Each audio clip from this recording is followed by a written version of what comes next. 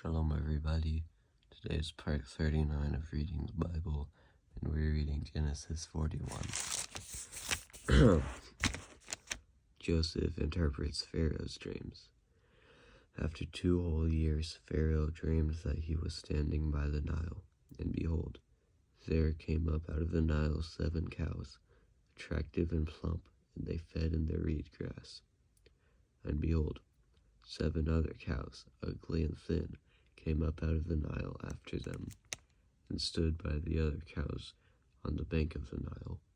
And the ugly, thin cows ate up the 7 attractive, plump cows. And Pharaoh awoke. And he fell asleep and dreamed a second time. And behold, 7 ears of grain, plump and good, were growing on one stalk. And behold, after them sprouted 7 ears, thin and blighted by the east wind. And the thin ears swallowed up the 7 plump full ears, and Pharaoh awoke. And behold, it was a dream. So in the morning his spirit was troubled, and he sent and called for all the magicians of Egypt and all its wise men. Pharaoh told them his dreams, but there was none who could interpret them to Pharaoh. Then the chief cupbearer said to Pharaoh, I remember my offenses today, when Pharaoh was angry with his servants and put me and the chief baker in custody in the house of the captain of the guard. We dreamed on the same night, he and I, each having a dream with its own interpretation. A young Hebrew was there with us, a servant of the captain of the guard. When we told him, he interpreted our dreams to us, giving an interpretation to each man according to his dream. And as he interpreted to us, so it came about. I was restored to my office, and the baker was hanged. Then Pharaoh sent and called Joseph, and they quickly brought him out of the pit. And when he had shaved himself and changed his clothes, he came in before Pharaoh. And Pharaoh said to Joseph, I have had a dream, and there is no one who can interpret it. I have heard it said of you that when you hear a dream, you can interpret it. Joseph answered Pharaoh, it is not in me. God will give Pharaoh a favorable answer. Then Pharaoh said to Joseph, behold, in my dream I was standing on the banks of the Nile. 7 cows, plump and attractive, came up out of the Nile and fed in the reed grass. 7 other cows came up after them, poor and very ugly and thin, such as I had never seen in all the land of Egypt. And the thin, ugly cows ate up the first 7 plump cows. But when they had eaten them, no one would have known that they had eaten them, for they were still as ugly as at the beginning. And then I awoke. I also saw in my dream 7 ears growing on one stalk, full and good. 7 ears with third thin and blighted by the east wind sprouted after them, and the thin ear swallowed up the 7 good ears. And I told it to the magicians, but there was no one who could explain it to me. Then Joseph said to Pharaoh, the dreams of Pharaoh are one. God has revealed to Pharaoh what he is about to do. The 7 good cows are 7 years, and the 7 good ears are 7 years. The dreams are one. The 7 lean and ugly cows that came up after them are 7 years, and the 7 empty ears blighted by the east wind are also 7 years of famine. It is as I told Pharaoh. God has shown to Pharaoh what he is about to do. There will come 7 years of great plenty throughout all the land of Egypt. But after them there will arise 7 years of famine, and all the plenty will be forgotten in the land of Egypt. The famine will consume the land, and plenty will be unknown in the land by reason of the famine that will follow for it. will be very severe. And the doubling of Pharaoh's dream means that the thing is fixed by God, and God will shortly bring it about.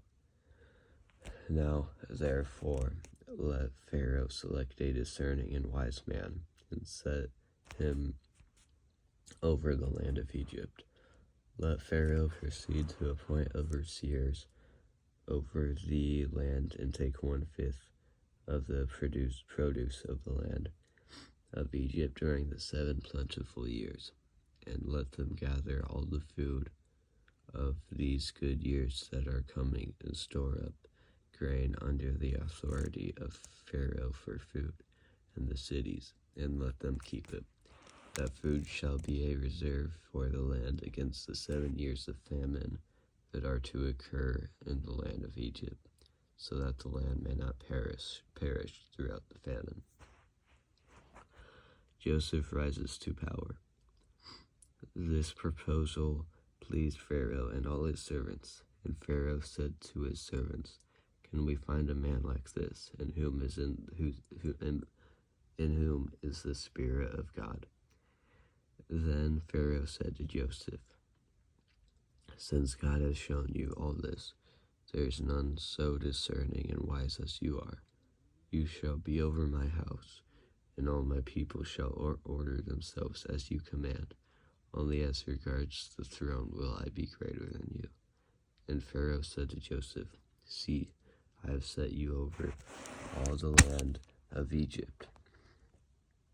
And then Pharaoh took his signet ring from his hand and put it on Joseph's hand, and clothed him in garments of fine linen, and put a gold chain about his neck. And he made him ride in his second chariot, and they called out before him, "Bow the knee." Thus he set him over all the land of Egypt. Moreover, Pharaoh said to Joseph, "I am Pharaoh, and without your consent no one shall lift up hand or foot in all the land of Egypt." And Pharaoh called Joseph's name Sephaneth, and he gave him in marriage Asenath, the daughter of Potiphera, priest of On. So Joseph went out over the land of Egypt. Joseph was 30 years old when he entered the service of Pharaoh, king of Egypt. And Joseph went out from the presence of Pharaoh, and went through all the land of Egypt. During the 7 plentiful years the earth produced abundantly, and he gathered up all the food of these 7 years which occurred in the land of Egypt, and put the food in the cities. He put in every city the food from the fields around it. And Joseph stored up grain in great abundance, like the sand of the sea, until he ceased to measure it, for it could not be measured. Before the year of famine came, 2 sons were born to Joseph. Asenath, the daughter of Potiphera, priest of On, bore them to him. Joseph called the name of the firstborn Manasseh, for, he said, "God has made me forget all my hardship and all my father's house." Manasseh sounds like the Hebrew for making to forget. The name of the second he called Ephraim, for God has made me fruitful in the land of my affliction. Ephraim sounds like the Hebrew for making fruitful. The 7 years of plenty that occurred in the land of Egypt came to an end, and the 7 years of famine began to come.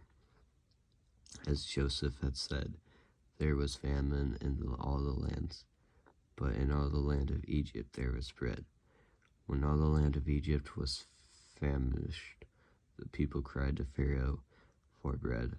Pharaoh said to all the Egyptians, "Go to Joseph, what he says to you do." So when the famine had spread over all the land, Joseph opened all the storehouses and sold to the Egyptians, for the famine was severe in the land of Egypt. Moreover, all the earth came to Egypt to Joseph to buy grain, because the famine was severe over all the earth. This is the word of the Lord.